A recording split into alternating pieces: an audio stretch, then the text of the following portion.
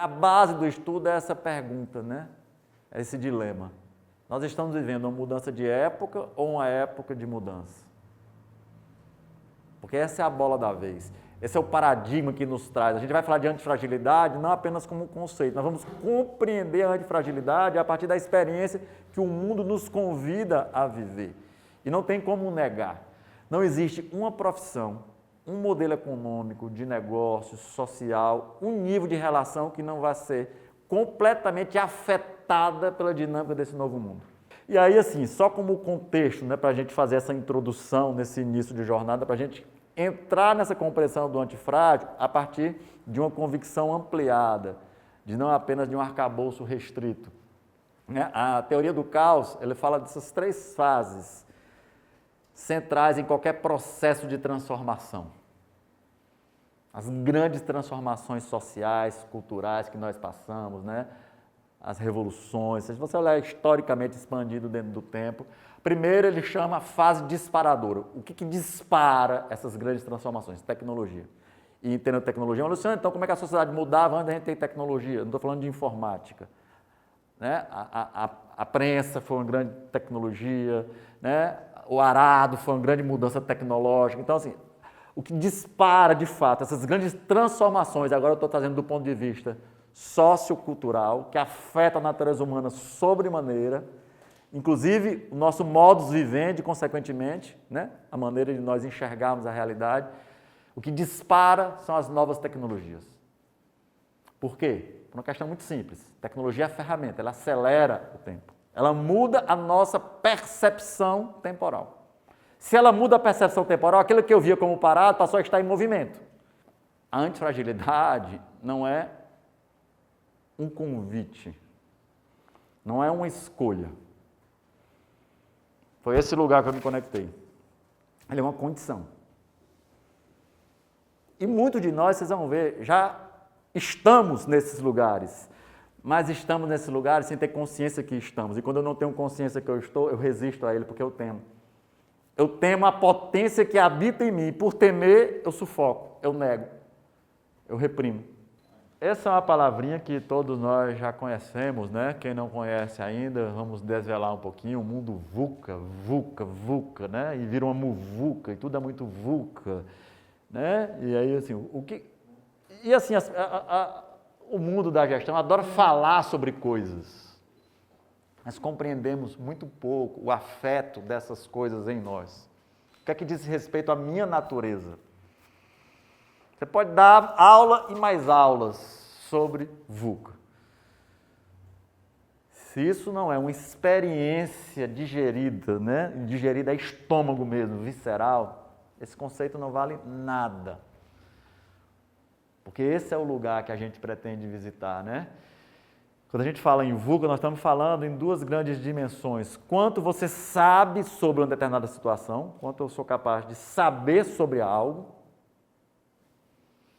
e quão bem você consegue prever os resultados das suas ações. Então, fala de previsibilidade e de conhecimento sobre aquelas naturezas. É sintomático que a única construção humana que pode ser vista do espaço seja uma muralha, que é a muralha da China.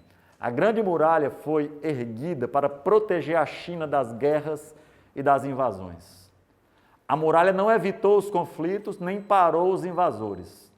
Possivelmente morreram mais chineses construindo a muralha do que vítimas das invasões que realmente aconteceram. Disse que alguns trabalhadores que morreram foram emparedados na sua própria construção. Viraram estátuas da própria muralha. Esses corpos, convertidos em muro e pedra, são a metáfora do quanto o medo nos pode aprisionar. E o que isso significa? Não dá mais para nós continuarmos nos protegendo desse novo mundo, como se ele fosse ruim ou bom, como se ele fosse isso ou aquilo. Não dá mais para erguermos simplesmente as nossas muralhas de autoexclusão, de autocontrole, de autoproteção, achando que seremos capazes de estar protegidos dessa invasão. Não dá. Essa foi a experiência que eu me dei conta. Existe um outro lugar a ser visitado. Existe uma potência, e como potência, ela é fértil. Não estou dizendo que seja fácil, mas é possível de ser acessada. Esse é o lugar, esse é o convite, essa é a jornada, né? E o que é o resiliente? Uma borracha resiliente, né? É o princípio da elasticidade. Ela absorve aquele impacto, ela tem um coeficiente elástico, né? Mas, porém, contudo, todavia, qual é o movimento espontâneo dela? Retornar ao seu ponto de origem. Por que ela faz isso? Porque ela resiste ao impacto. Então, ela luta contra o impacto, princípio físico, ação, reação. Ela age contrário à força que lhe é imposta. O objetivo dela é voltar o mais rápido possível à sua condição de origem. E, com a repetição, ela vai esgaçando, ela vai perdendo seu coeficiente elástico e ela vai perdendo essa capacidade de absorção. E a gente aprendeu até hoje, isso é presente, vocês sabem o que eu estou dizendo, que é um dos atributos que a gente mais ouve hoje no mundo, porque esse é um conceito que nem é do mundo dos negócios, esse é o conceito da física, que o mundo dos negócios trouxe para dentro, né, para as relações humanas. É um princípio que nós utilizamos demais, é a paz falando é resiliente, falando é resiliente. Resiliente é, meu amigo, mande porrada que eu aguento. Mande porrada que eu aguento. A palavra é aguentar. Perceba que a gente ouve as pessoas dizerem, eu aguento, eu resisto, eu sou resistente. A diferença da água, né, para uma borracha. A borracha é resistente. Ela não permite que aquela energia flua. Ela concentra e bloqueia. A água não. A água possibilita, a borracha é resiliente. A água é antifrágil. Vamos entrar nesses elementos. Porque a saga humana é como se fosse a nossa história heróica. Esse caminho de nos tornarmos antifrágeis por meio da nossa fragilidade. Honrando a nossa fragilidade. E o princípio é simples, né? Ele parte do seguinte, existe um mundo comum, um mundo especial, que é um mundo de provação. Então ele olha Buda, Jesus, Ulisses, né? Os grandes heróis gregos do passado, Hércules, vários deles, olha assim, os princípios são os mesmos. Todos eles passaram, Jesus foi lá para o deserto, ficou 40 dias, né? Sendo provado, passando por experiências que transformaram, e ele foi por escolha própria, por consciência, né? Não quer dizer que o princípio da antifragilidade não quer dizer que a natureza, entre aspas, né, não sofra, mas ela sabe que é necessário, como Jesus Cristo. Não quer dizer que ele não sofreu na sua reclusão, no seu processo de autopurificação e de autotransformação. Perceba, todo o potencial divino estava lá, mas até ele precisou viver a sua saga humana para transformar-se na potência que era o vir a ser, por escolha. A pergunta é, na maioria das vezes nós não escolhemos, e ao não escolher, aliás, escolhemos, né? Porque o não escolher já é uma escolha. A gente escolhe se poupar. Poupar de quê? De nós mesmos, da nossa excelência, né? Eu temo falar em público. Show, esse é o meu lugar, é no público que eu vou me fazer. Porque no privado é minha zona de conforto, né? A partir desse livre-arbítrio, que é um lugar pequeno, é um lugar menor dessa potência. Porque o livre-arbítrio fala sobre escolhas. E essa jornada da antifragilidade é a jornada que nós podemos escolher. Mas ele diz que o livre-arbítrio é apenas uma potência. Se essa potência não é manifesta por um nível de consciência maior, ela se perde. Ela fica represada enquanto estado nascente. E aí ele diz, né, que a autonomia é que amplifica a consciência dessas escolhas. Não basta o livre-arbítrio. E a gente vive uma sociedade que muitas vezes confunde autonomia com liberdade, porque ele diz que a liberdade é o lugar infantilizado da autonomia. Porque é uma liberdade que busca o prazer, busca a autossatisfação. E a gente perde a compreensão de que lugar é esse, qual é o nosso papel na vida. O que nós viemos viver de fato? Qual é a jornada desse herói? Nós desconectamos desse sentido, do propósito do fazer. A gente vai trazer esses olhares, né? Olhando do ponto de vista da antifragilidade, porque mais uma vez é ele que traz essa expressão, né? Também quando ele diz que a natureza não tem moral. Então, essa alma é completamente, e ele diz, não é amoral, ela é imoral. A alma é livre, livre. Ela não pode ser engaiolada. Nós aprisionamos a alma em lugares pequenos. E ele diz, escolhemos muitas vezes seguir o curto caminho longo do que fazer o longo caminho curto. A gente vai para a lógica da solução mais rápida, mais fácil, porque a gente quer se livrar disso, né? A gente quer abandonar aquilo. E muitas vezes esse lugar do mais rápido, do mais fácil, é a traição daquilo que é a nossa potência na vida, a nossa grandeza, né? Aquilo que é a expressão do nosso potencial. E aí ele fecha que o maior de todos os pecados é ter o livre-arbítrio e não ser autônomos. A autonomia é a expressão da alma, segundo ele. A liberdade é a expressão do ego. E a gente vive numa sociedade que buscamos o tempo todo ser livre. Mas livre para quê? Porque liberdade, se não tem responsabilidade associada a partir do meu propósito, do meu papel, do que é que eu vim viver, ela se perde como projeção de caminho. Dentro do problema existe a solução. E aí ele retira a pele do leão, se veste com ela, para que ele se proteja de batalhas futuras. Ele vai lutar com a Hidra de Lerna, né? Que é um monstro também considerado invencível, com algumas naturezas, e é muito interessante como elemento simbólico daquilo que é a natureza desse mundo que a gente vive. E ele percebe que quando ele começa a lutar com a Hidra, cada cabeça que ele corta, o que é que acontece? Nascem duas. E ele, desesperado, vai cortando cabeças e nascem duas.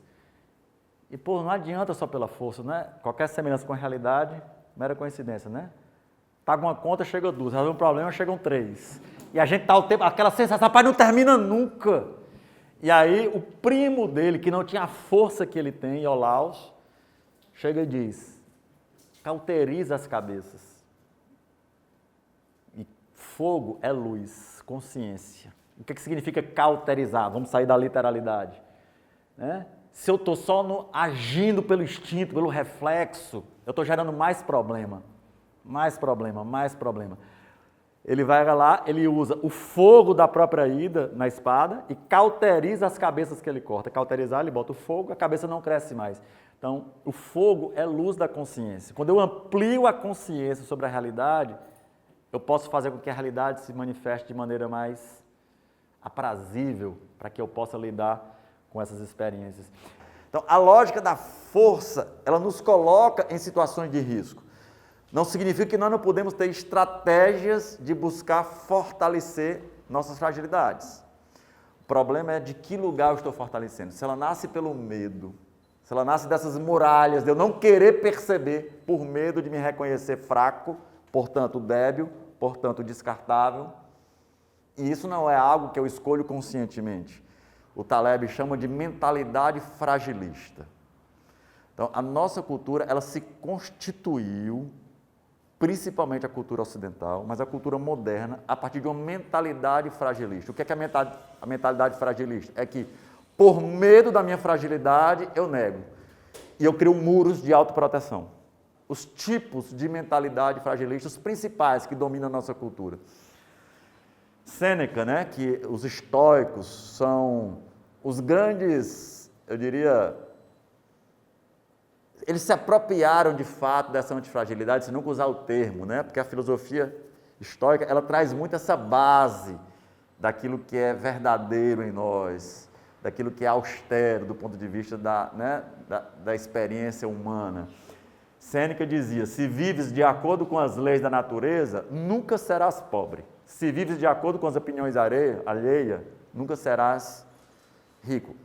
Isso é um princípio antifrágil profundo, né? Quantas nossas fragilidades existem em função de uma cultura que reside em mim e que eu sequer me dou conta dela, porque eu estou apenas reproduzindo nos nossos modelos profissionais. Por isso que a gente aqui olha para esse espectro, né?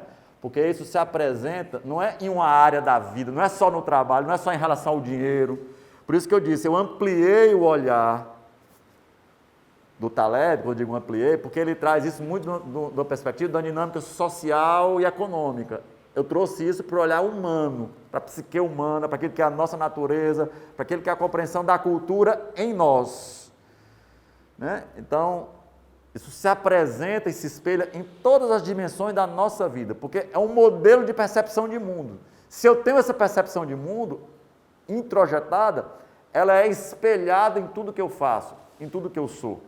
O auto-engano, o auto-engano é um mecanismo biológico de autoproteção, para que a gente não surte, né? Porque se eu renego algo, entrar em contato com esse algo que é doloroso, eu posso não dar conta disso. Então, biologicamente, as espécies aprenderam a enganar. Ele fala que o jogo de sedução, o jogo de auto-engano, eu quero mostrar o que eu sou, mas eu sei que eu não sou.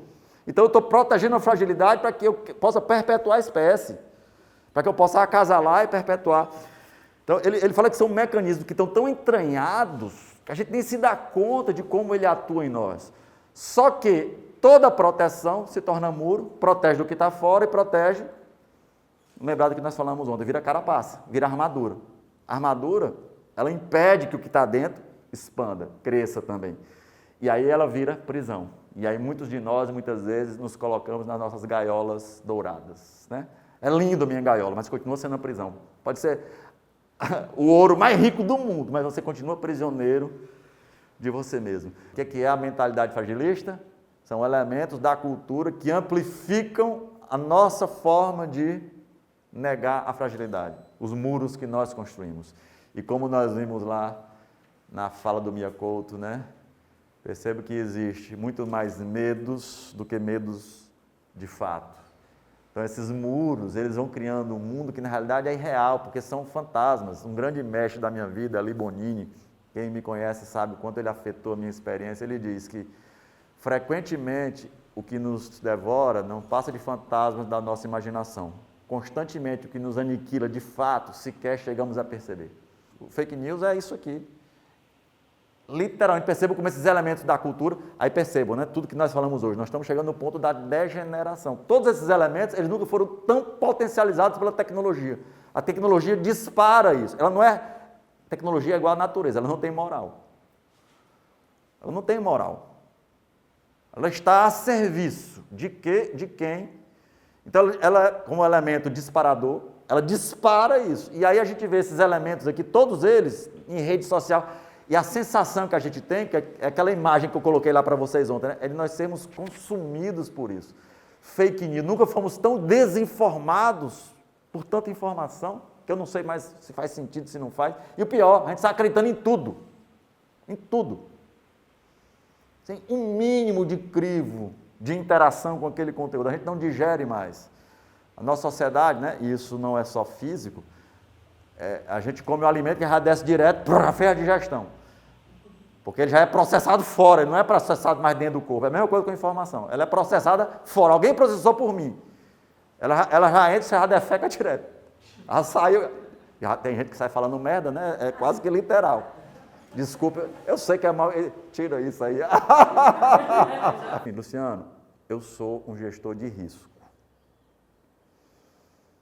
Eu vou dizer a frase literal que ele diz: remédio que não faz mal, não faz bem.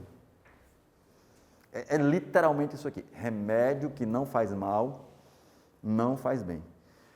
A grande maioria dos médicos vai querer sair bombando sua filha de remédio, detonando, porque eles querem proteção máxima, mas sem ter a noção do risco que isso gera a partir do malefício que isso produz. Não é o que eu trabalho. Nós vamos aqui o seguinte, vamos mitigar esse risco inicial, vamos para o remédio e vamos fazer e tal, pá. Cara, assim, aí o nível de confiança que você tem, o que ele disse com outras palavras? É isso aqui. Remédio também mata. E mata muito, muito. E a cultura que a gente vive hoje, eu estou falando de medicamento, mas entenda, não só remédio do ponto de vista literal, eu trouxe isso para a vida. Muitos gestores matam suas equipes por excesso de intervenção. Muitos líderes matam seus times por excesso de intervenção, achar que o outro não é capaz. Não, cara. Muitos pais matam seus filhos por excesso de intervenção. É o desprezo do tempo como valor.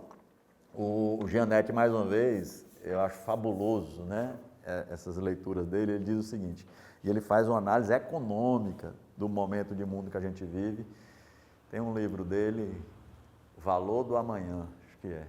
E ele diz o seguinte, como cultura, nós antecipamos um prazer para o tempo presente em detrimento de um pagamento futuro. Então, nós nos tornamos devedores da vida. E o Taleb diz, tudo que produz dívida aumenta a tua fragilidade. Tem um exemplo sobre isso que eu sempre trago, quem já me conhece vai lembrar, né, que atribui-se a Van Gogh, pintor genial. Ele estava pintando uma de suas obras, que ele termina a obra em 2 horas, aí um jovem aprendiz olhando para ele assim, babacado, ele olha e diz assim, puxa mestre, como o senhor pinta rápido. Aí ele, do auge da sua sabedoria, fala assim, eu não pinto rápido, você é que me olha com pressa. Diga o que quis dizer com isso. Acho que esse menino até hoje está sem entender nada, né? Porque eu demorei para entender. Eu não fiz essa obra em 2 horas. Eu não fiz essa aula em 1 semana. Eu venho fazendo essa aula há 30 anos. Sem nem saber o que era antifragilidade ou que um dia eu iria dar essa aula. O Taleb diz algo que é muito forte. Se você vê uma fraude e você não testemunha aquela fraude e não informa aquela fraude, você é uma fraude.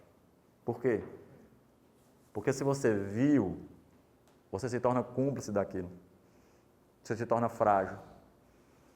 Por que a ética é um valor da vida, não é tão importante? Porque se você fere esses princípios em algum lugar, você se torna frágil diante do outro, porque o outro pode usar aquilo contra você.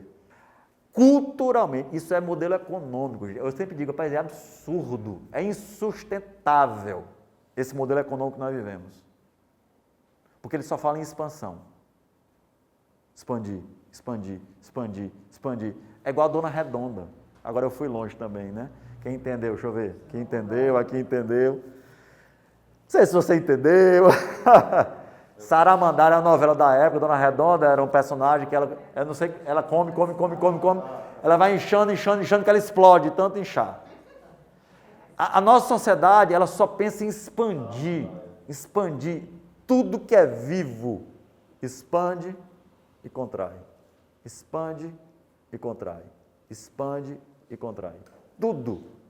A respiração, o universo, a física explica, né? O universo está em expansão. Um dia ele entrará em retração. E adoro essa fala do Mia Couto, quando ele diz, no charco, onde a noite se espelha, nas estrelas refletidas, o sapo acredita voar entre as estrelas. Se você convive na mediocridade, você será medíocre. O pior, ser melhor entre os medíocres é me sentir espelhado nas estrelas no meio do charco. Jesus Cristo já dizia isso de outra forma, né? Jesus Cristo dizia, diga-me com quem andas, que eu lhe direi quem és. A gente criou uma cultura, e a gente pega isso na célebre frase do Nelson Piquet, que o segundo lugar é o primeiro dos perdedores. Quando a gente olha muito essa lógica de ganhar, perder, tudo, jogo de porrinha, a gente prefere ser o melhor entre os piores do que ser o pior entre os melhores. De prefere o inverso. Prefira na sua vida, nas suas relações, ser o pior entre os melhores.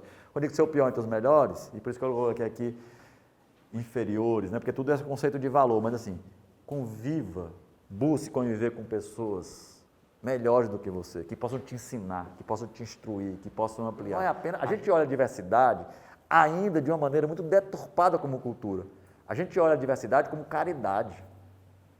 Um benefício que eu faço ao outro. Eu sou uma pessoa consciente, eu respeito a diversidade. Não, meu irmão.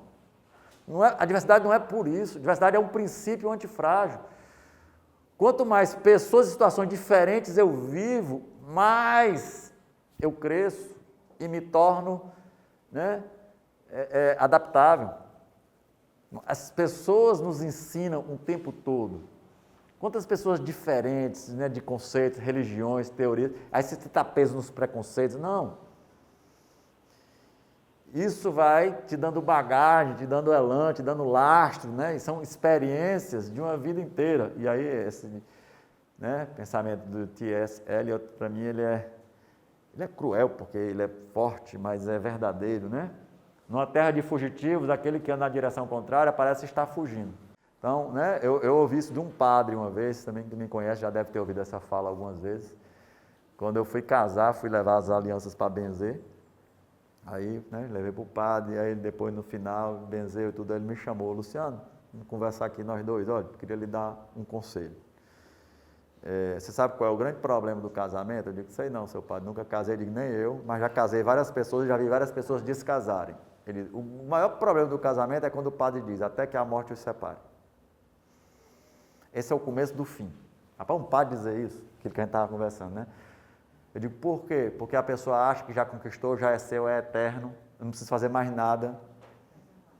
E aí começa a morrer, começa a matar. Porque é a lógica da estabilidade. Quando já não havia outra tinta no mundo, o poeta usou do seu próprio sangue.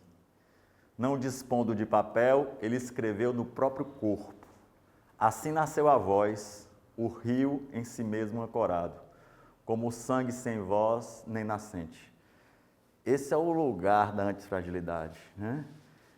É de escrevermos com a nossa própria história. O Rubem Alves, né, que é um outro poeta antifrágil da vida, um cara que eu tenho uma admiração profunda, ele diz que eu só acredito nos livros que são escritos com sangue. E o sangue no sentido com vida, com experiências, com histórias com né? Tem sangue, suor, lágrimas, tem travessia. Então eu tenho dito sempre, né? Dentro da nossa proposta aqui, os conceitos, os conteúdos, eles são tão somente para dar permissão para que nós possamos testemunhar esses princípios na vida. Tem uma fala da Libonini, esse grande mestre da minha trajetória pessoal, que ele sempre dizia, o que a mente consente, o coração sente. Então, assim, né, que a gente não se atenha e achar que o saber maior dessa trajetória é o conhecer. Não, conhecer não é fim aqui. Na academia, ele pode ser fim.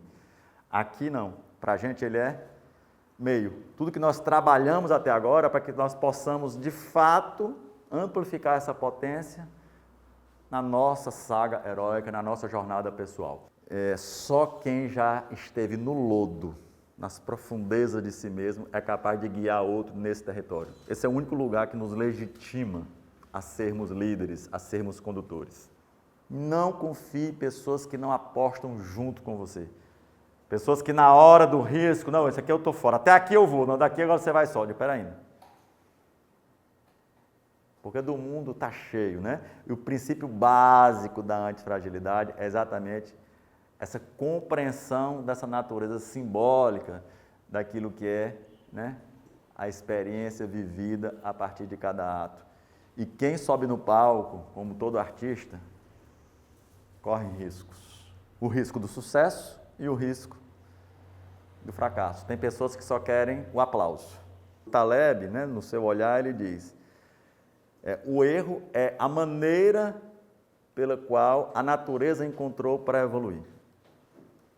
Não existe evolução sem erro.